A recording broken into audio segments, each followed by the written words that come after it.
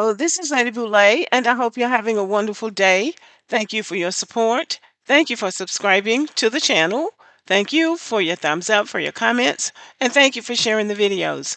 Thank you for all you do to support the channel. And yes, we are commanded to love one another, whether we want to or not, or whether we agree with each other or not. So when I was growing up in my community, there were a lot of kids in our neighborhood. And in the afternoon, especially in the summertime, we would get together and play ball in the road, sometimes with our parents. And most of the time, everybody behaved. But there would come a time when some kid would come and would be disrespectful to the group.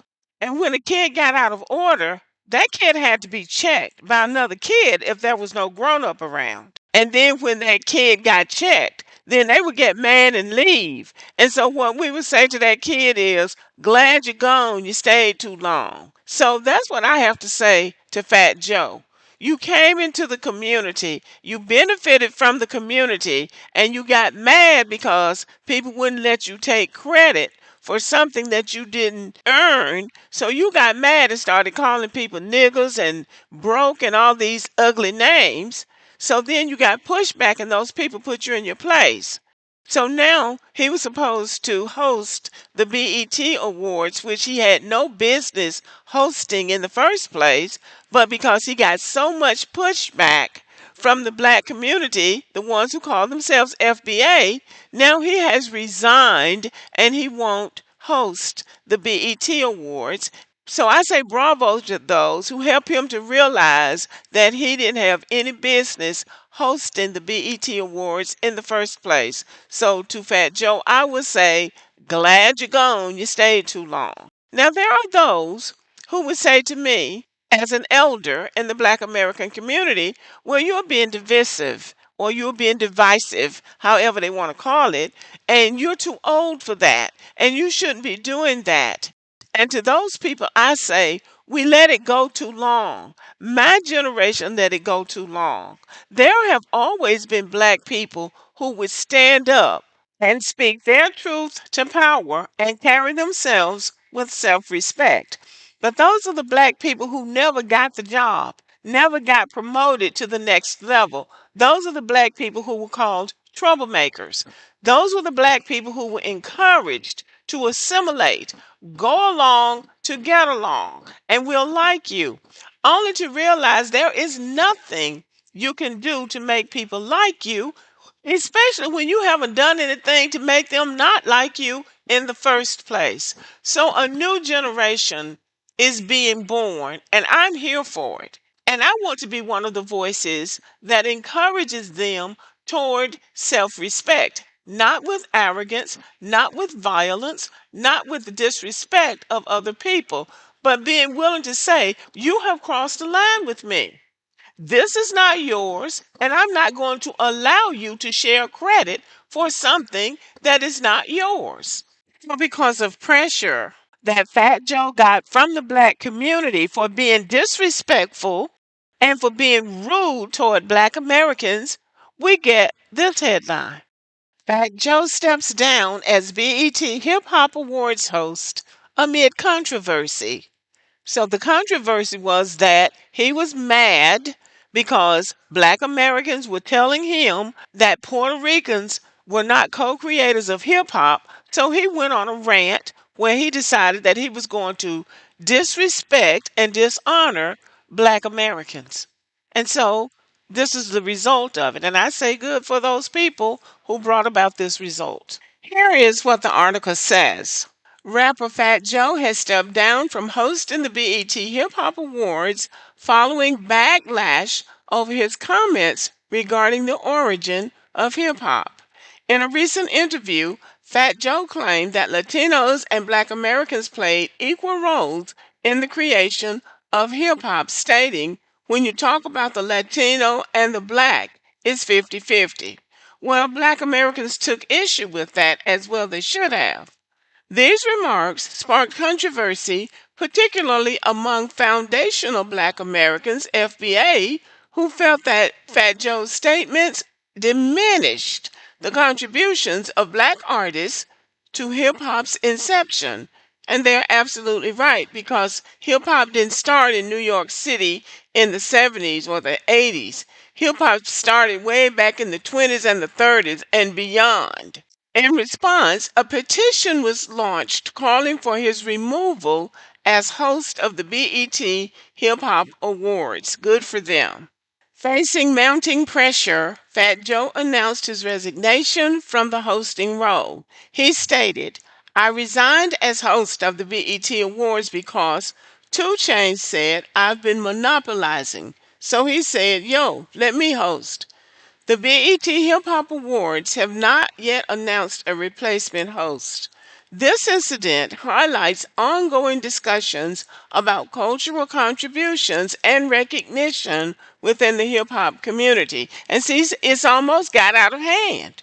And if it had gone on 10 more years or 15 more years, black people's role would be even more greatly reduced. So, this is where you have to draw the line. And the reason that this move by FBA is significant is because if they can gradually wrestle black people out of hip hop and say it's the Latinos that did it, then when the Latinos start trying to stake claim to it, then somebody else will say, no, no, no, no, no, this is not your creation because by now they have worked their way into it.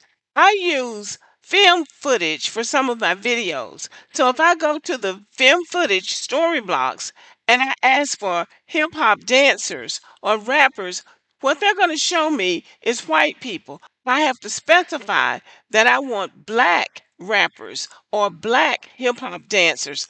Otherwise, they're going to throw a lot of white people at you. So, this is how you steal other people's culture. So this is why it's so important for black people to stop being enamored with other races of people because when they come to us, they come to get something. They don't bring anything. They come to get something. And when they get it, they're gone with it. Then it's no longer ours. It belongs to them. They're already trying to take the narrative away. So, it just comes down to one thing. You have to stand your ground. You have to draw the line somewhere.